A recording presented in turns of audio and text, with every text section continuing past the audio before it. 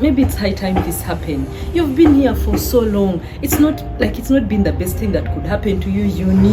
You know your potential is much more than it is right now. You could do better, you could perform better, but the comfort, like you've been so comfortable for so long in this place. When we count the years that have passed, 5 years, what have you got? What you were is still what you have been. Your goals have not been fulfilled. Like you've been struggling in terms of progress, but you have stayed because you've been comfortable, you've been afraid, you fear, you don't know the unknown.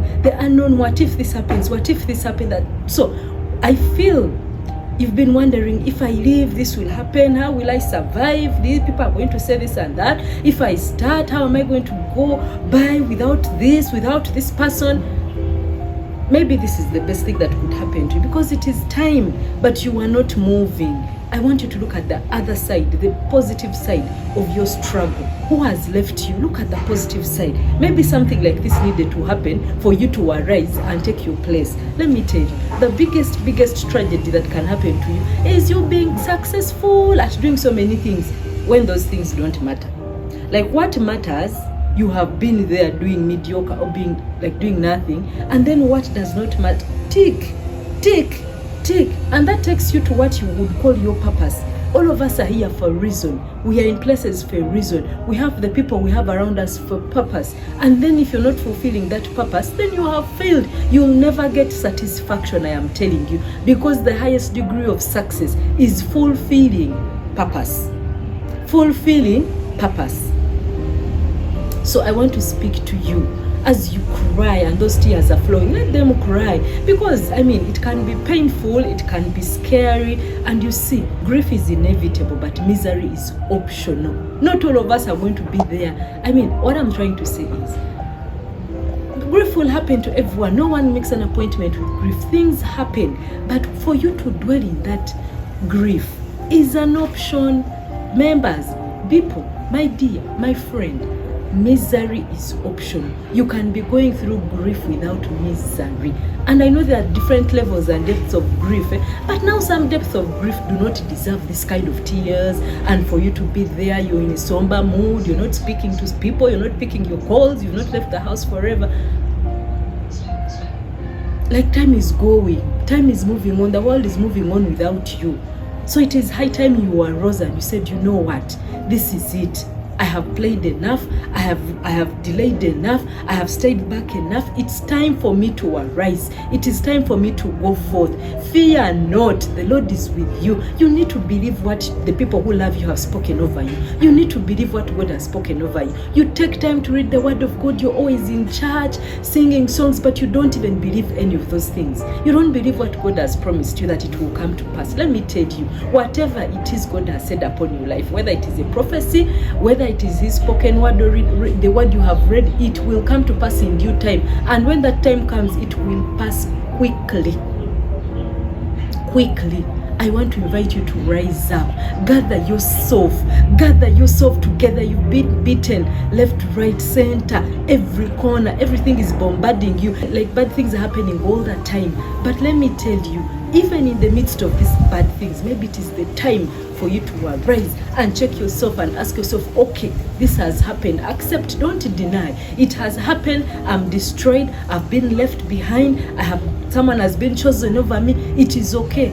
It is okay, young lady. It is okay, dear gentleman. Maybe, just maybe, those are not the areas that would have been mattering in relation to the purpose you have in this place. So I want to invite you to rise up. I want to invite you to get up. I want to invite you to look at this as an opportunity.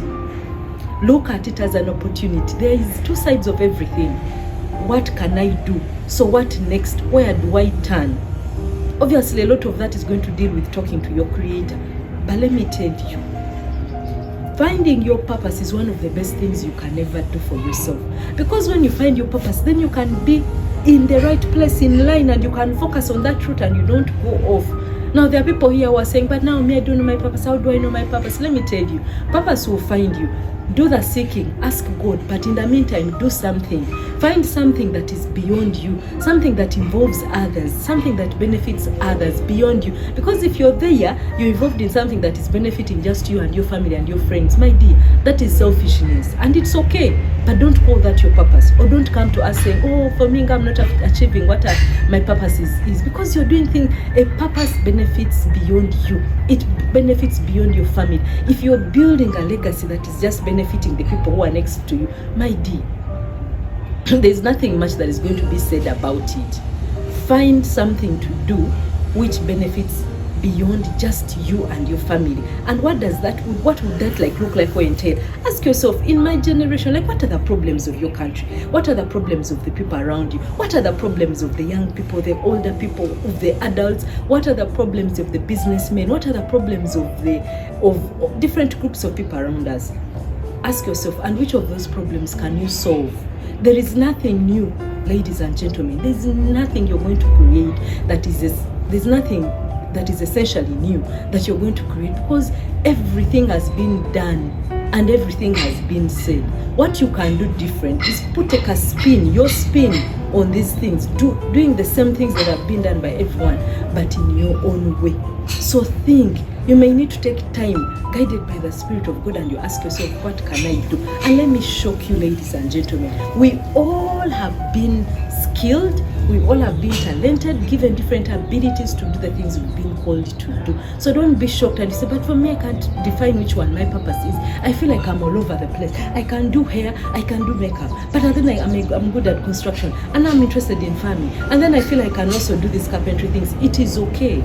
God has skilled us in so many ways. At the end of the day, they all fulfill purpose. When you put all those things together, you will find yourself still, you're doing them around certain boundaries which build one thing, whatever that purpose may be. And some of us, let me tell you, it is okay to find that you may not be the lead in your purpose. You may have been called to support. You look at Aaron and Moses. Where Moses was the leader, Aaron was the support. It is okay, but you need to find a place where what you're doing benefits you, it benefits other people at the same time. But you have to get moving. So I want you to look at the wrong things that are going on around you. You take your time and ask yourself, okay, this has gone wrong. We have been chased from the street. We can no longer operate from the street. We have been, they brought a new law, maybe they have increased the taxes. Maybe at work we've been retrenched. They've reduced the number of people here. I don't qualify. I'm no longer involved in this. I can no longer take part in this. It's well.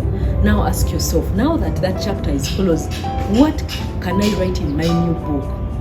What can I write in my new chapter? Can I start afresh? Can I move on? Can I help here? Okay, in the meantime, because you will survive. Let me tell you, some of us already know these things, but you're just taking time to start. Now the thing is, in the next 2 weeks, you can do something. But whether you do that thing or not, that next 2 weeks are going to pass. Let me tell you, in the next 1 month, you can do something. In the next 2 months, you can do something. But whether you do something or not, those next 2 months will pass. Those next 2 years will pass. It's better that they pass when you have achieved something or you've taken a few steps further.